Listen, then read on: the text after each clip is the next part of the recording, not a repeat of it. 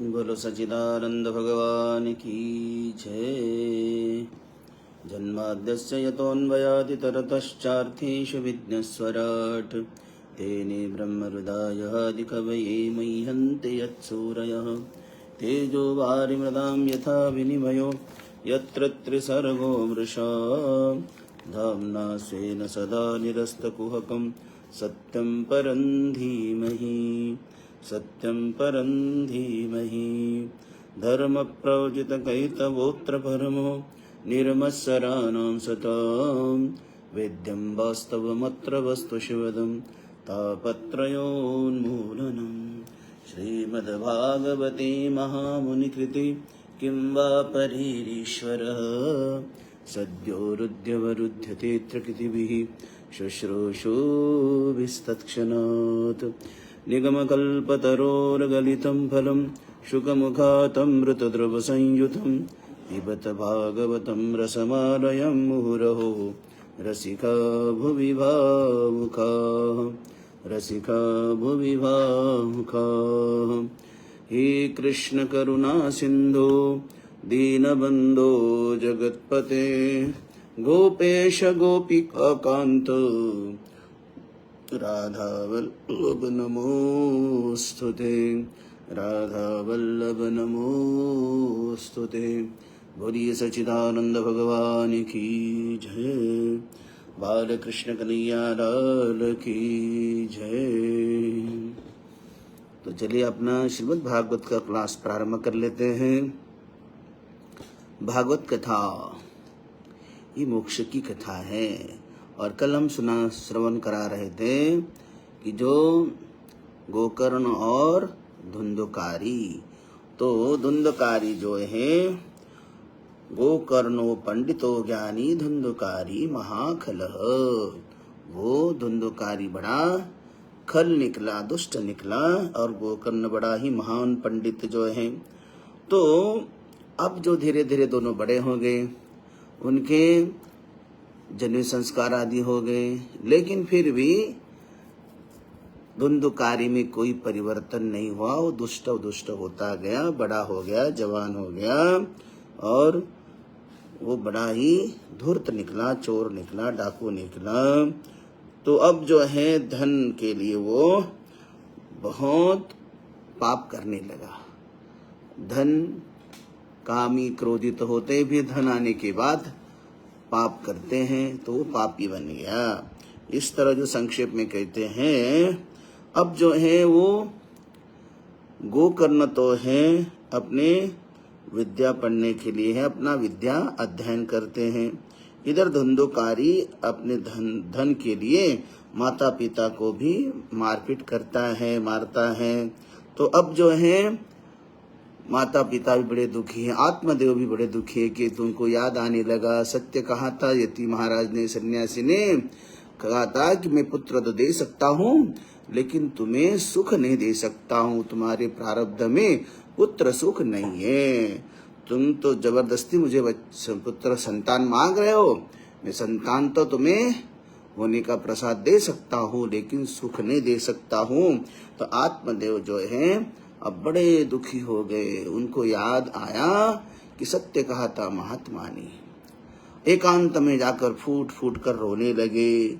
इस धुंधकारी में महापंडित, बड़ा मेरा नाम था लेकिन मेरे पुत्र ने सारा मिट्टी में मिला दिया। धुंधकारी महादुष्ट निकला है। अब एकांत में बैठकर सोचता है कि मैं क्या करूं, अब क्व तिष्ठामि क्व गच्छामि, मैं कहाँ जाऊं, मैं क्या करूं, मैं क्व गच्छामि कहाँ जाऊं, मैं कहाँ रहूं। को में दुख व्यपोहते, कौन मेरा दुख निवारण करेगा। प्राणांस्तजामि दुखेन हा कष्टम मम संस्थितम।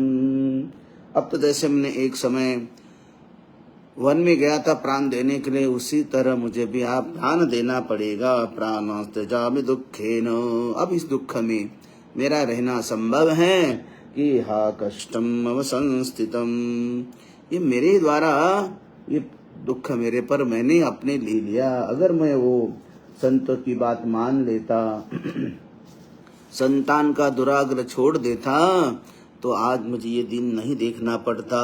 तो उसी समय परम ज्ञानी जो है अपने गोकर्ण जी वहां पहुंचे पिता के पास।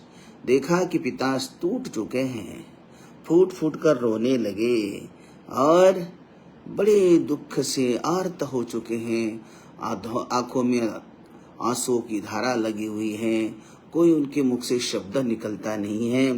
तो गोकर्ण ज्ञानी है, उन्हें पास में गए और कहने लगे, पिताश्री क्यों रो रहे हो, क्या बात है?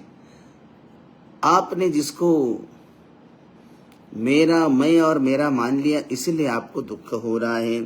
असार खलु संसारो दुख रूपी विमोहकः। ये संसार ऐसा ही है। संसार तब तक दुख देता है जब तक मैं और मेरा मानता है। ये मेरा है, मैं उसका हूँ। ये मेरी है या मेरा है, मैं और मेरा। यही पिताश्री दुख का कारण है। असार खलु संसारो दुख रूपी विमोहक। सुतः कस्य धनं कस्य स्नेहवान् ज्वलते निशम, स्नेहवान् ज्वलते निशम। ये जीव जो है हमेशा ही ये मेरा मेरा कर कर रात दिन जलता रहता है। लेकिन गोकर्ण कहते हैं, सुतः कस्य धनम कस्य, धन कौन किसका पुत्र, किसका धन, ये मेरा मेरा कहकर ये स्नेहवान ज्वलते निशम, वो मेरा मेरा है, मेरा मेरा कहकर रात दिन इंसान इस दुख में तड़पता रहता है। न चेन्द्रस्य सुखम किंचित न सुखम चक्रवर्तिनः।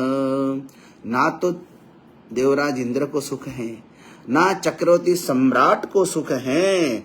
सुखम अस्ति विरक्तस्य मुनिरेकांत जीविनः। सुख तो उनको है जो एकांत में मस्त रहते हैं, एकांत में मस्त पड़े रहते हैं, हरि का नाम स्मरण करते, भगवत चिंतन करते, शास्त्र का चिंतन करते। सुखमस्ति विरक्तस्य मुनिरेकांत जीवनः। एकांत में आनंद है, एकांत में वो आनंद है, वो नहीं आ सकता सज्जनों। हाँ, एकांत में। लेकिन आज इंसान को एकांत तो रह ही नहीं सकता। वो कलह में जीवन जीने की आदत डाल रखा हुआ है। सुखम अस्ति विरक्तस्य। तो पिताश्री सुख तो केवल विरक्ति में है, वैराग्य में है, एकांत में जीवन बिताने के लिए है। जीवन में सुख है तो केवल मुनेरेकांत जीवनः।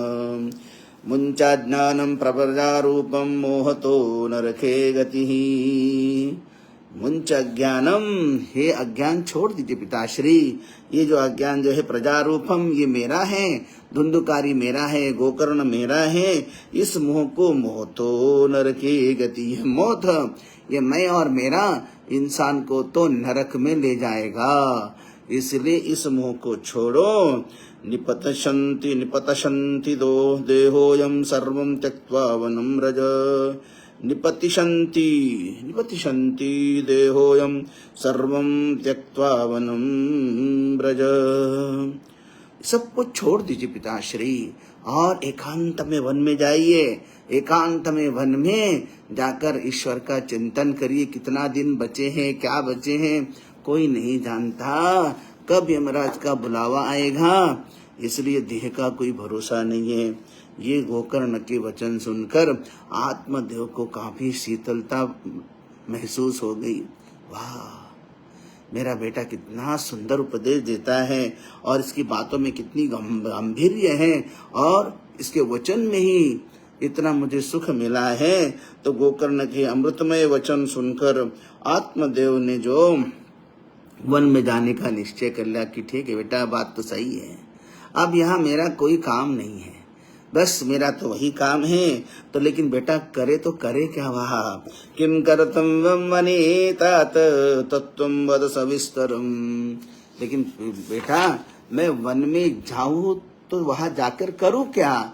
क्योंकि धुंधकारी के पाप के कारण मेरा ज्ञान भी भ्रष्ट हो गया, मुझे मेरी मति भी भ्रष्ट हो गई। मैं क्या करूं वहां जाकर, ये मुझे भी समझ में नहीं आ रहा। तो गोकर्ण ने भागवत में बड़ा विस्तार से उपदेश किया है, तो हम आपको संक्षेप में बताते हैं। तो गोकर्ण ने कहा देहेस्ति मांसम रुधिरे भिमतम त्यजत्वम। तो गोकर्ण कहते हैं कि पिताश्री पहले तो इस देह को, ये देह जो है देह स्थितिरं समुद्रे देहेस्मिन् मांस रुधिरे अभिमतिम त्यजत्वम, ये देह जो है मांस हड्डी और मल मूत्र का देह है, इसको अभिमतम त्यजत्वम, ये मेरा है, ये मैं हूँ, इसका अब त्याग दो।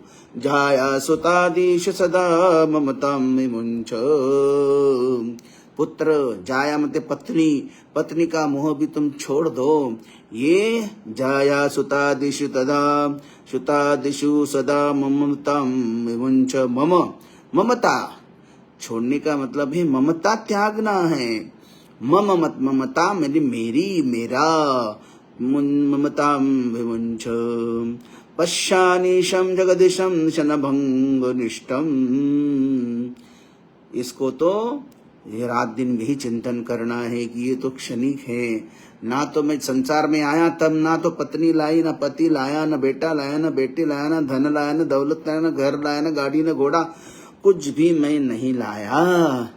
मैं खाली हाथ आया और खाली हाथ ही जाऊंगा। खाली हाथ आया बंदे खाली हाथ जाएगा, ऐसा जो है। तो वैराग्य राग बसिको, वैराग्य राग रसिको भव भक्त निष्ठ। पिताश्री ऐसे वैराग्य को धारण कर लेना और एक भक्त निष्ठ बनो, निष्ठावान भक्त बनो। तो वैराग्य रसिको भव भक्ति निष्ठ, वैराग्य धारण करो। वैराग्य ज्ञान, वैराग्य अपने आप, वैराग्य आया तो ज्ञान भी आएगा। और भव भक्ति निष्ठ, भाव भक्ति से भगवान की भक्ति करो। धर्मं भजस्व सततम त्यज लोक धर्मान, धर्म भजस्व सततम त्यज लोक धर्मान। लोग मुझे क्या कहेंगे इसकी चिंता छोड़ दो। लोक धर्म जो है वो उसकी चिंता ना करो, मैं क्या कर रहा हूं इसका विशेष करो। धर्मं भजस्व, धर्म का अनुष्ठान करो। सततम त्यज लोक धर्मान। इंसान परमात्मा मुझे क्या कहेगा इसके बारे में कोई नहीं सोचता। परमात्मा मुझे क्या कहते हैं इसके बारे में तो कोई कुछ सोचता नहीं है। लेकिन दुनिया मुझे क्या कहेगी, जगत मुझे क्या कहेगा, इसके बारे में हर कोई विचार करता है। दुनिया के बारे में कि दुनिया मुझे क्या कहेगी, दुनिया मेरे पर थूकेगी, दुनिया की चिंता है।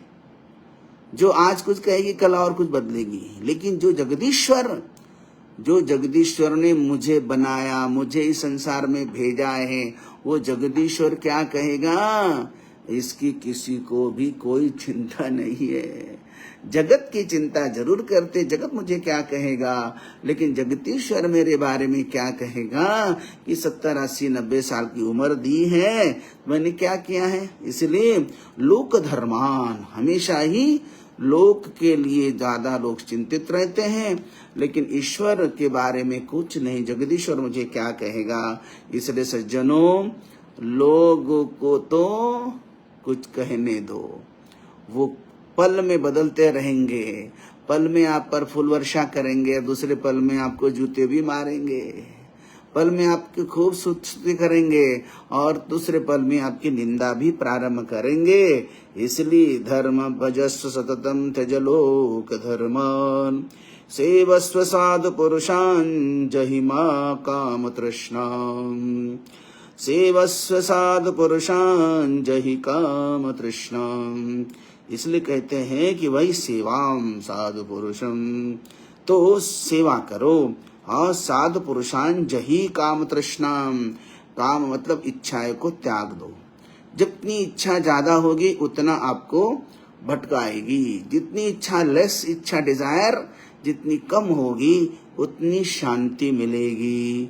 इसलिए कहते कि सेवस्व साधु पुरुषान जही काम तृष्णा। तो वासना जो है, इच्छा जो है, वो सब बड़ी आदमी को दास बना देती है। अन्यस्य दोष गुण चिंतनाशु मुक्तत्वम्, अन्यस्य दोष गुण चिंतनमाशु मुक्त्वा, दूसरे के गुण दोष दोष नहीं देखना। अन्यस्य दोष गुण चिंतन माशु, दूसरे का दोष मत देखना। आज इंसान दूसरे का ही दोष देखता है। मेरे में कितने दोष है, कितनी कमियां हैं, वो नहीं कोई देखता। देखता तो क्या है, केवल केवल अन्य का क्या दोष है, क्या फॉल्ट है, क्या कमी है, वही इंसान देखता रहता है। और बराबर वो चोट करेगा कहाँ, उसकी कमी पर, उसके हर कमी पर, कमजोरी पर पैर रखेगा, उसको दबाएगा और उस कमीपन से उसको पीड़ा पहुंचाएगा।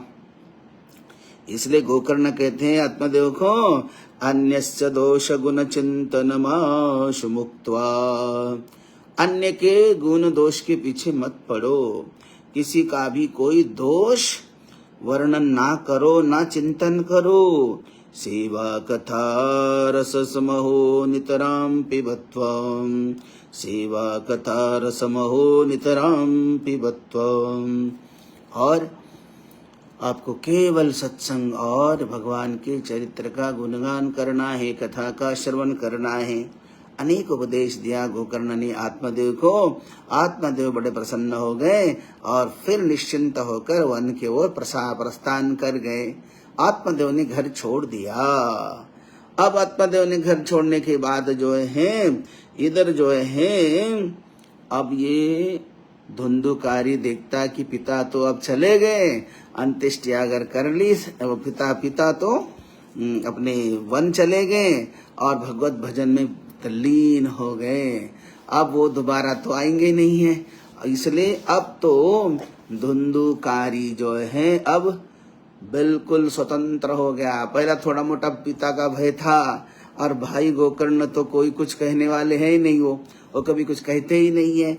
और माँ की कौन बात मानता है, इसलिए वो अब जो है बड़ा स्वेच्छाचारी बना। जुआ खेलता है, चोरी करता है, डाका डालता है, अब बहुत बहुत कुछ करने लगा। तब ये तो उसने एक दिन माँ को भी मारपीट करके माँ से भी धन की डिमांड करता, जब ला तेरे पास जो कुछ छुपा रखा होगा, अगर धन नहीं देगी तो तुझे भी मैं मार डालूंगा। तो माता भी बड़ी दुखी होकर धुंधुली जो है रात के मध्य रात में वो जो उसके बाड़े में कुआ था उसे में छलांग मार दी उसने, और उसने अपने आप को समाप्त कर लिया। कूपे पात कुतो रात्रो तेन सा निधनं गता, तो कूपे पातत कुतो रात्रो तेन सा निधनं गता, वो मर गई, वो प्राण त्याग गई, वो उस कुएं में समाप्त हो गई। गोकर्ण देखा कि अब माँ की भी अंत्येष्टि कर ली, पिता पहले जंगल चले गए वन में, अब जो है गोकर्ण सोचा कि मैं रहूं तो मेरे भजन पूजन में विक्षेप होगा, इसलिए यहाँ रहना ही बेकार है। इसलिए गोकर्ण तीर्थ यात्रार्थम निर्गतो योगमास्थितम, गोकर्ण तीर्थ यात्रार्थम निर्गतो योग संस्थितः। गोकर्ण महाज्ञानी जो है वो तीर्थ यात्रा के लिए निकल गए और अपने योग में संस्थित हो गए, योग निष्ठा में अपने भजन पूजन में तल्लीन हो गए। ये तो धुंधुकारी जो है अनेक पापों में फंसा है, और उसने घर में ही अपने आत्मदेव तो ब्राह्मण था, ये ब्राह्मण का बेटा 5 वेश्याओं को घर में लेके आया और 5 वेश्याओं को घर में रखकर रोज बड़े बड़े डाके डालता है और उनकी इच्छा पूर्ण करता रहता है। एक दिन बहुत धन लाया उसने, और धन देखा उन वेश्याओं ने 5 ने कि अब ये धन तो हमको पूरे लाइफ टाइम, पूरा जीवन जो है इस पर आराम से हम बिता सकते हैं, लेकिन अगर ये आज पकड़ा गया तो ये धन भी जाएगा और इसके प्राण भी जाएगा। तो इन 5 ने निश्चय कर लिया कि क्यों ना हम राजा पकड़ेगा तभी इसको फांसी चढ़ा देगा, इसलिए तो धन भी जाएगा इसके प्राण भी जाएगा। तो हम ऐसे करते हैं कि इसको हम मार डालते हैं ताकि धन बच जाएगा, आज न कल ये पकड़ा जाएगा ही। वेश्याओं ने एकांत में विचार कर लिया और रात के अंधेरे में इसको खिला पिला कर सुला दिया और अंधेरे में उसको मार डाला। वो भी कैसे, अग्नि ज्वालाति दुखेन व्याकुलो निधनं गतः, उसने जो है भयंकर पीड़ा दे दी उसको। जब नहीं मर रहा था तो उसके अग्निज्वालाति दुखेन व्याकुलो निधनंगत, अग्नि के अंगारे लाकर उस पर डाल दिया, माने जला भी दिया उसको, और इस बड़ी पीड़ा से अग्नि के कारण व्याकुलो निधनंगत, और धुंधुकारी जो है वही समाप्त हो जाता है, मर गया। तो अब जब मरते ही उसको वैश्याओं ने मारा है, चरित्रहीन औरतों ने मारा है, तो इसलिए उसको जो है वो बड़ा प्रेत योनि में चला गया, उसको प्रेत का लाइफ मिली। अब देखो ये भागवत कथा में जो ये कथा है, हर कथा जो है इंसान के साथ जुड़ी हुई है। वो कोई भी कथा वेदव्यास जी ने ऐसे कोई मनोरंजन के लिए तो ना लिखी नहीं है। देखो यहाँ जो है कहते कि मानव देह, हमारा देह जो है, शरीर जो है, ये कहते यही ये शरीर जो है तुंगभद्रा नदी है। जैसे आत्मदेव किसके तट पर रहता था? तुंगभद्रा नदी के तट पर उत्तम नगर में रहता था। तो शरीर ही तुंगभद्रा है, तुंगभद्रा नदी है। और जीवात्मा, हम आत्मा जो जीवात्मा है वही आत्मदेव है। हम सब आत्मदेव हैं। और गुस्सा करने वाली, क्रोध करने वाली, चिड़चिड़ाने वाली, कुतर्क करने वाली, तर्क कुतर्क करने वाली जीवात्मा की जो बुद्धि है वही बुद्धि धुंधली है। तो जीवात्मा आत्मदेव है, तुंगभद्रा नदी हमारा शरीर है। तुंगभद्रा बोलो या उत्तम नगर बोलो, उत्तम तो है ही। तो और हमारी बुद्धि ही धुंधली है, और प्रत्येक घर में ये धुंधली होती है, माने प्रत्येक देह में ये धुंधली शरीर में वो होती है। ऐसी द्विधा बुद्धि जब तक जात, द्विधा मतलब कंफ्यूज वाली, कंफ्यूज करने वाली, भेद करने वाली। अरे भजन करने बैठने का मन हो गया, अरे क्या करना है अभी से, बुढ़ापे में करेंगे। ये हमेशा इस सत्कर्म में टांग अड़ाने वाली, इसी को कहती द्विधा बुद्धि, जो कंफ्यूज करा देगी। क्या करेगा, क्या होता है, किसने देखा है भगवान है या नहीं है। ये हमेशा जब भी कोई पूजा पाठ करने का मन आया तो ये बुद्धि बीच में टांग अड़ाती है। टांग अड़ाकर जो है ये बुद्धि हमेशा ही इंसान को गलत रास्ते पर चलाती, उसको द्विधा बुद्धि कहते हैं, कंफ्यूज बुद्धि है। तब तक जो है, जब द्विधा बुद्धि नहीं जाती, कंफ्यूज बुद्धि नहीं जाती, तब ज्ञान कहाँ से होने वाला है? क्योंकि वो बुद्धि जो है जीवात्मा को स्थिर होने ही नहीं देती है, और इसलिए वो ज्ञान फिर असंभव ही है, संभव नहीं हो सकता है। यह मन बुद्धि रूपी, ये मन जो हमारा, एक बुद्धि और एक, जैसे मन बुद्धि, हालांकि कोई ज्यादा फर्क नहीं है, लेकिन मन को कहते हैं ये धुंधुली की छोटी बहन है। वो छोटी बहन, जब बुद्धि धुंधुली है हो गई द्विधा, और फिर छोटी बहन जो है वो मन है। ये मन हमेशा ये क्या करता है, उस बुद्धि को भटकाता है। जब ये बुद्धि छोटी बहन का सहारा ले लेती है, मानी छोटी बहन इसकी मन, बुद्धि की छोटी बहन मन है, जब बुद्धि मन से कहती है कि बताओ बहन क्या करूं मैं, जब मन की सलाह लेती है बुद्धि, तो मन बड़ा दुष्ट है, मन बड़ा चंचल है, वो बुद्धि को भटका देता है। बुद्धि स्वयं डिसीजन ले सकती है, बुद्धि ने स्वयं डिसीजन लेना चाहिए, लेकिन वो बुद्धि डिसीजन लेने के बजाय वो अपनी छोटी बहन मन को पूछती है, बताओ मुझे क्या करना चाहिए।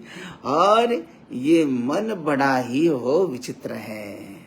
मन हमेशा कहता है ना आदमी, भाई क्या बात है, क्यों नहीं सत्संग में आए हो? नहीं महाराज जी, मन नहीं कर रहा था, मन नहीं मान रहा था। हाँ, अरे भाई मन तो क्या है, मन तो तू खुद नहीं है, मन तो हमारा एक नौकर है, एक ड्राइवर है। मन कभी भी हमारे ऊपर हावी हो गया तो फिर मन की मनमर्जी चलती रहेगी और इस देह को गलत रास्ते पे चलाएगा। इसलिए मन जो है हमारा नौकर है, हमारा ड्राइवर है। अब ड्राइवर है तो अगर ये हमारा देह समझो एक गाड़ी है और ड्राइवर सीट पर जो है बुद्धि बैठी है, लेकिन होता क्या है, इस देह रूपी गाड़ी को चलाने के लिए इंसान बुद्धि को अपने आप को नहीं चलाता, वो मन को ड्राइविंग सीट पर बिठाता है। जब मन ड्राइविंग सीट पर बैठ गया तो क्या होगा, ये गाड़ी तो मनमनी मन से कहीं पर भी ले जाएगा। वो ड्राइवर भले आप उसको पेमेंट कर रहे हो, लेकिन वो ड्राइवर तो आपके अधीन रहता है। लोकल ड्राइवर अपना, भाई बोले महाराज जी कहाँ जाना है, सर बताओ कहाँ जाना है, चलो भाई वहां जाना है, मंदिर जाना है, तो ड्राइवर मंदिर ही लेके जाएगा क्योंकि वो बुद्धि के अधीन है। लेकिन इस बुद्धि ने या देह रूपी बुद्धि ने मन रूपी इस नौकर को स्वतंत्र छोड़ दिया। मन जो करे वो ही, मन नहीं कर रहा तो ठीक है, नहीं करेंगे, मन कर रहा तो करेंगे, मन के अधीन हो जाता है। इसलिए फिर तो वो मन इंसान को भटकाता है। तो धुंधकारी कौन है? धुंधकारी कहते हैं वही इंसान है जो ना ईश्वर को मानता है, ना संतों को मानता है, ना ग्रंथों को मानता है, ना वेदों को मानता है, जो मानो केवल अपने सुख, भौतिक सुख को पीछे दौड़ता रहता है। वो केवल चाहे उसको मनी धन चाहिए, द्रव्य सुख चाहिए, और द्रव्य के द्वारा काम सुख चाहिए, अर्थ और काम चाहिए बस उसको। अर्थ माने पैसा, काम माने इंजॉयमेंट चाहिए। तो जो व्यक्ति, जो मनुष्य अपना सारा समय द्रव्य सुख और काम सुख के चिंतन में ही गमाता है, कहते वही वस्तुतः धुंधकारी है। जिसके जीवन में धर्म प्रधान नहीं है, जिसके जीवन में काम और अर्थ ही प्रधान है, वो धुंधकारी ही है। इसलिए उसी को धुंधकारी कहते हैं, जो अपने देह को सर्वस्व मानने वाला है। लेकिन ये जब तब उसका विकेट गिर जाता है, जब एक दिन वो बुढ़ापा में अवस्था में पहुंचता, बूढ़ा हो जाता, और जीवन जब उसको जीना बड़ा भारी जाता है, तब उसके आंखें खुलते, लेकिन उस समय बहुत देरी हो जाती है। तो इस तरह जो है, ये जब बुद्धि, ये इस तरह जीवात्मा इस मन रूपी छोटी धुंधुली की बहन जो है, धुंधुली और छोटी बहन मिलकर इस जीवात्मा को रास्ते से भटकाता है।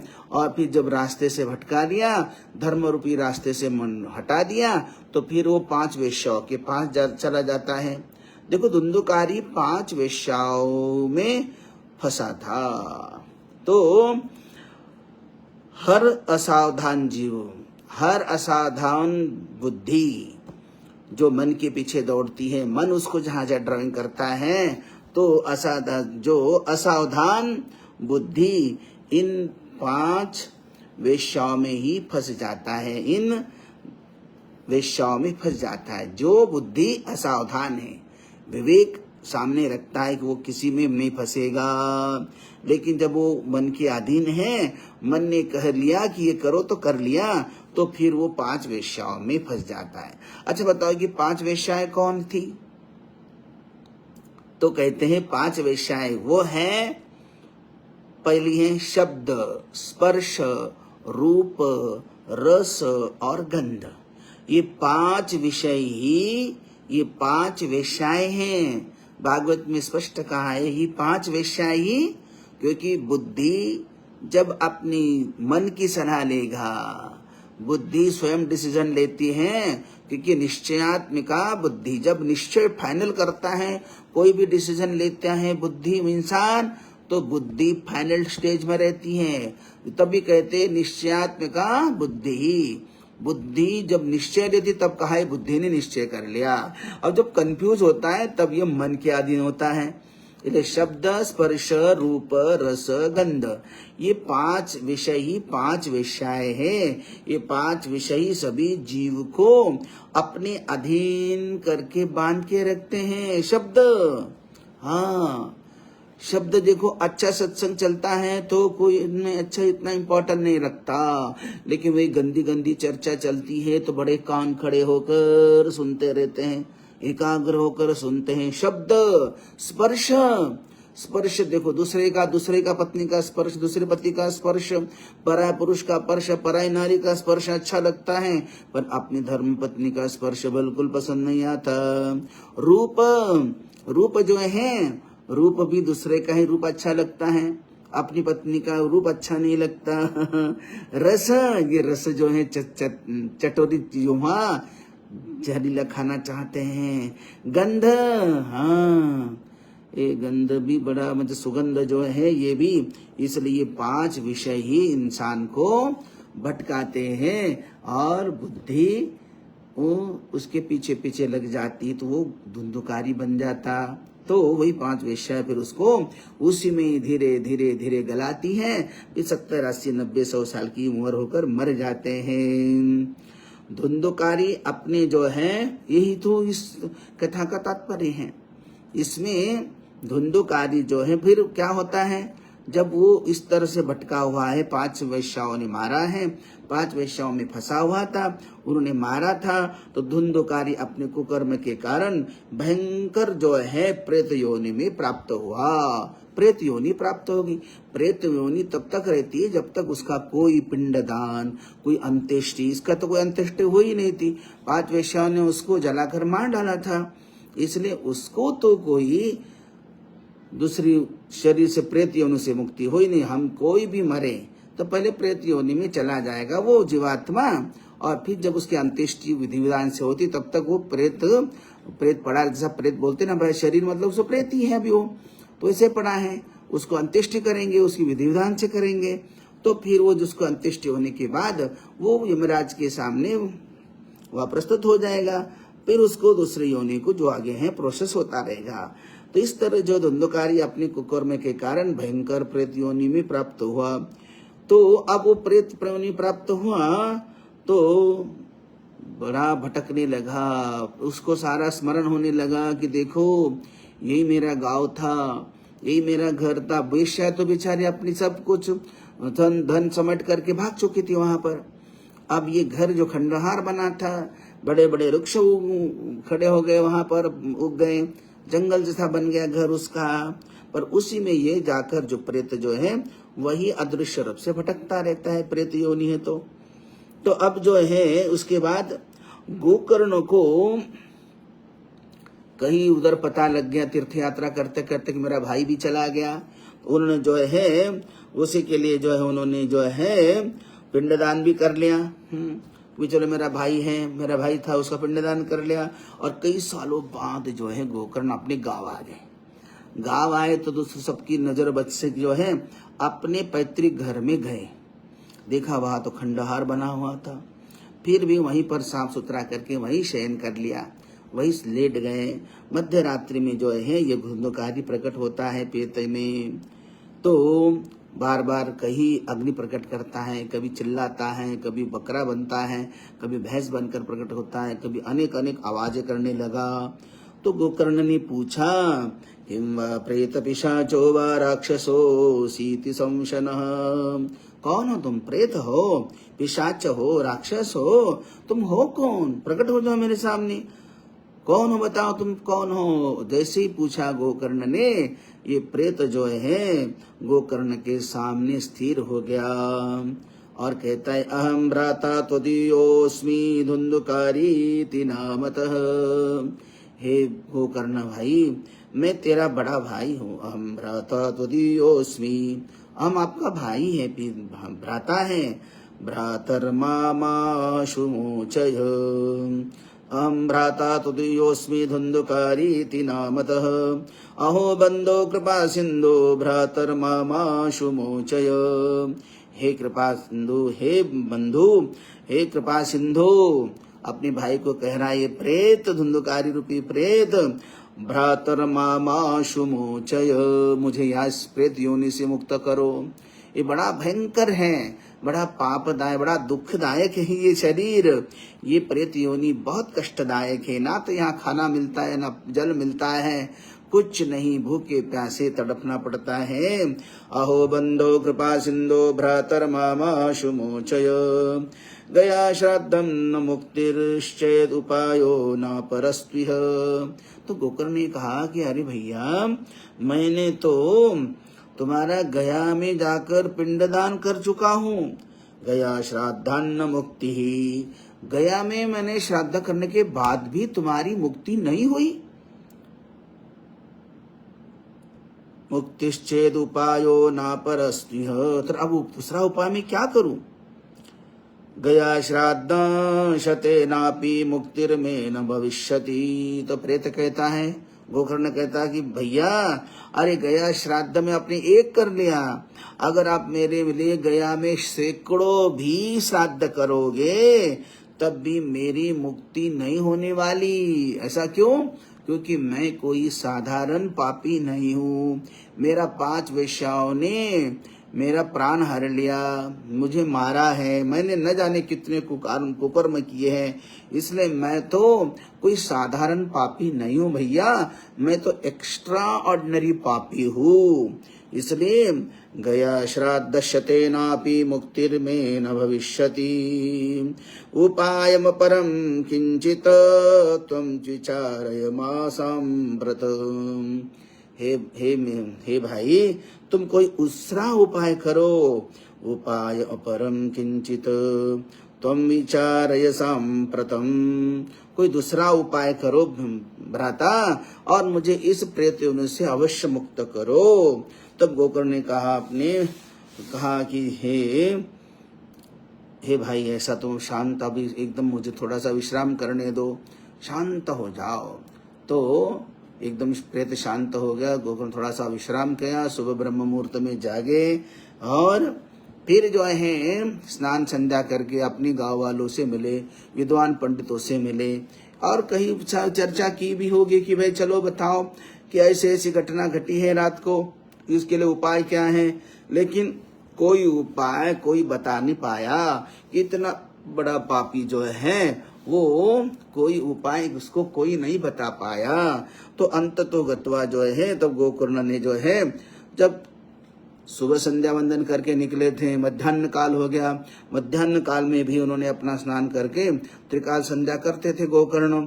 मध्याह्न काल की संध्या कर ली और आप हाथ में सूर्य भगवान को मध्याह्न काल का अर्घ्य दे दिया, और उसी समय भगवान सूर्य नारायण को अपने तपोबल से सूर्य नारायण के रथ को रोक दिया और कहने लगे, तुभ्यं नमो जगत साक्षिन् ब्रूहि मे मुक्ति हेतुकं, श्रीमद्भागवतान् मुक्ति सप्ताहं वाचनं कुरु।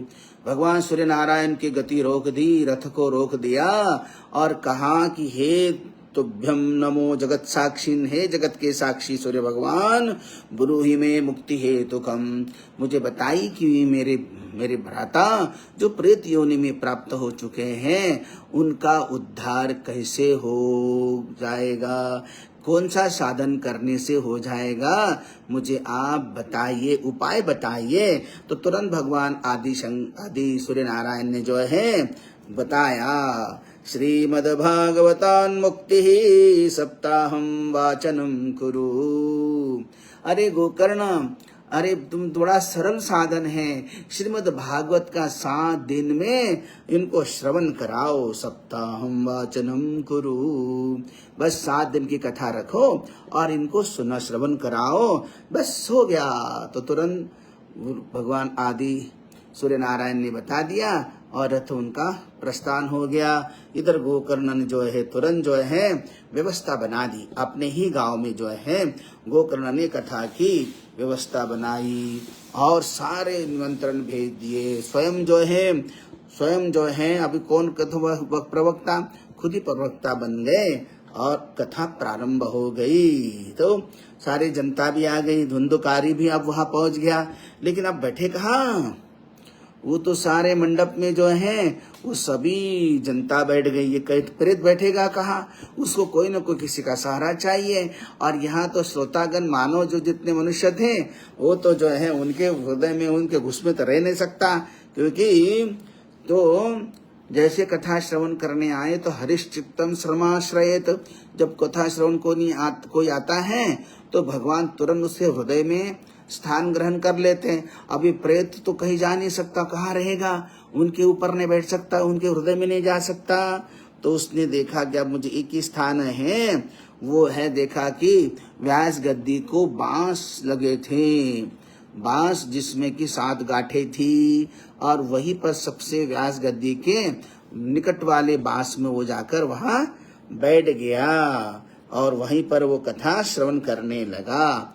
तो हर रोज कथा सुनता है, कथा विश्राम हो गई तो वहाँ चिंतन करता है, श्रवण के बाद उसका चिंतन होता है, मनन होता है, निधिध्यासन होता है।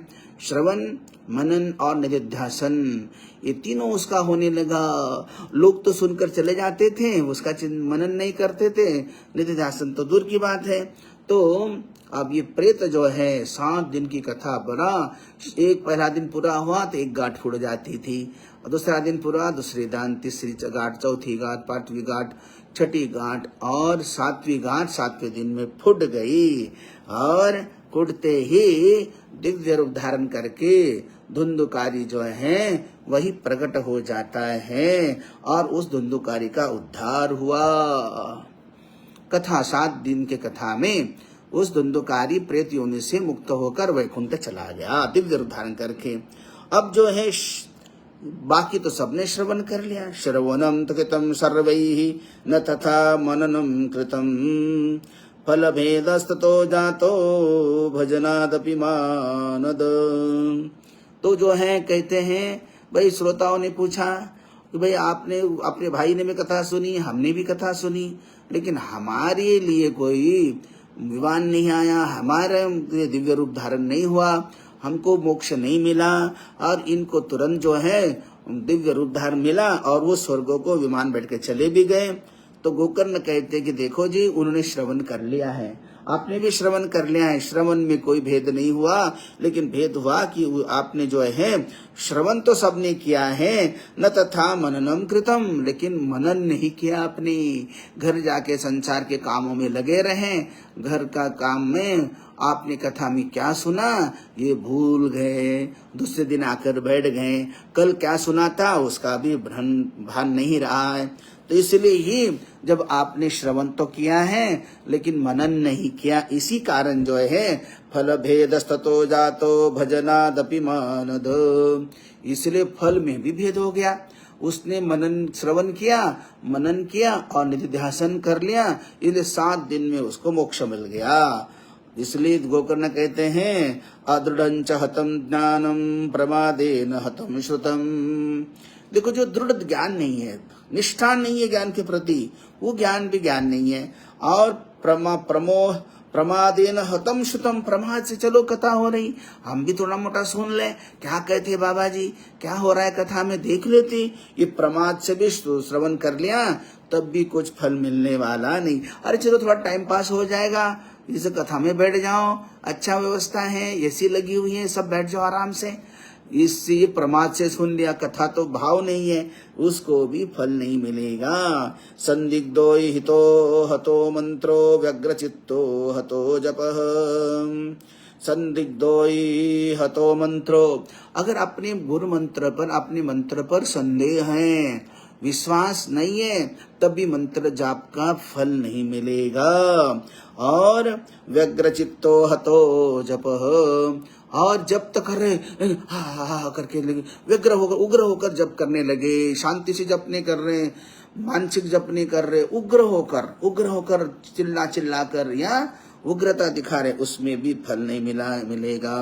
विश्वासो गुरुवाक्येषु स्वस्मिन् दीनत्व भावना, उसमें तब मिलेगा जब विश्वासो गुरुवाक्येषु, गुरु के वचन पर, गुरु के द्वारा किया गया मंत्र, गुरु के द्वारा दिया गया ज्ञान, इस पर दृढ़ निश्चय हो। तस्मिन् दीनत्व भावना, और अपने में हमेशा ही अपने खुद में विनम्रता, ज्ञान में विनम्रता आनी चाहिए। इसलिए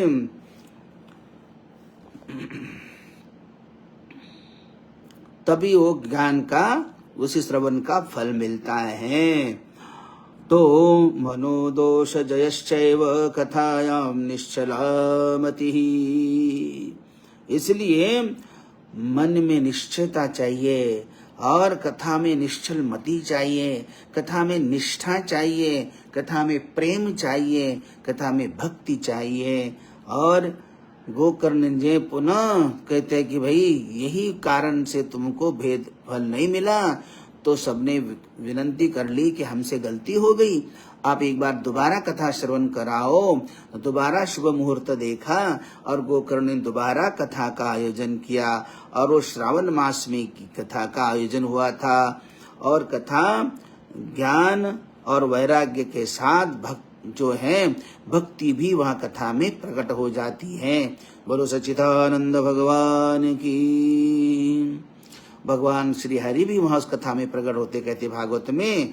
तो गोकर्णेन स गोपालो गोलोकम गोपवल्लभम तथा कृष्णेन ते नीता गोलोकम योगी दुर्लभम यत्र सूर्यस्य सोमस्य सिद्धानां न गति कदा तम लोकम गतास्तेस्तु श्रीमद्भागवत श्रवणात्। तो जो भगवान की कथा होने के बाद वह भक्ति ज्ञान वैराग्य को भी दिव्य रूप धारण प्रकट हुआ। इस तरह जो कहते हैं भगवान ने स्वयं कहते भागवत में लिखा है कि गोकर्णेन स गोपालो गोपो गोलोकम गोपवल्लभम। भगवान श्री नारायण ने उस गोकर्ण को गोलोक लेकर गए हैं। तथा कृष्ण न ते नीता गोलोकम योगी दुर्लभम। भगवान श्री कृष्ण ने गोकर्ण को गोलोक धाम दे दिया, लेके गए जहाँ योगी के लिए बड़ा दुर्लभ है। और जहाँ कहते यत्र सूर्यस्य सोमस्य, यहाँ ना तो सूर्य चंद्रमा का सिद्धानाम न गति कदा, इनका भी कोई प्रवेश वहाँ पर नहीं। तम लोकम ही गतस्ते तु श्रीमद्भागवत श्रवणात्। और कहते हैं भागवत श्रवण करने वाला भी निष्ठा भाव से जो कथा श्रवण करेगा उसको भी वही लोक प्राप्त होगा जो लोग अपने गोकर्ण को प्राप्त हुआ था। वही कथा श्रवण करने वाला, कथा करने वाला वही जो है गोलोक में स्थान, दिव्य धाम में उसको भी स्थान मिलेगा। यह है सप्ताह श्रवण का फल। इसलिए सप्ताह में श्रवण करने का फल बड़ा विशेष होता है। और वो फल क्या है? भागवत कथा का फल जो है गोलोक धाम में ही जाना का नहीं। भिद्यते हृदय ग्रंथि छिद्यन्ते सर्व संशया। भिद्यते हृदय ग्रंथि, हृदय की अज्ञान रूपी गांठ जो है वो खुल जाती है कथा श्रवण करके। भिद्यते हृदय ग्रंथि ही छिद्यन्ते सर्व संशय, सारे संशय उसके मिट जाते हैं। हृदय की अज्ञान रूपी गांठ खुलने के बाद कोई संशय शेष बचता ही नहीं। छिद्यन्ते सर्व संशयाः क्षीयन्ते चास्य कर्माणि, कोई प्रारब्ध कर्म, कोई संचित कर्म, कोई शेष नहीं बचता है। छिद्यन्ते क्षीयन्ते चास्य कर्माणि सप्ताह श्रवणम कृते। ये फल है इस 7 दिन की कथा श्रवण करने में। क्या फल है याद रखो सज्जनों, क्या है? भिद्यते हृदय ग्रंथि छिद्यन्ते सर्व संशयाः क्षीयन्ते चास्य कर्माणि सप्ताह श्रवणम कृते। सप्ताह श्रवणे कृते। बोलो सच्चिदानंद भगवान की जय। बोलो बाके बिहारी लाल की जय। और इसी के साथ सज्जनों अपना श्रीमद् भागवत का जो 6 अध्याय का भागवत का महात्म्य था यह संक्षेप में आपको क्लास के रूप में सुनाया है। और कल हम जो है सप्ताह विधि कैसे करना चाहिए संक्षेप में सुनाएंगे कि सप्ताह करना है कैसे करना है, और फिर प्रथम स्कंद में प्रवेश करेंगे। तब तक के लिए हम यही विश्राम लेते हैं। प्रेम से बोलो कृष्ण कन्हैया लाल की जय।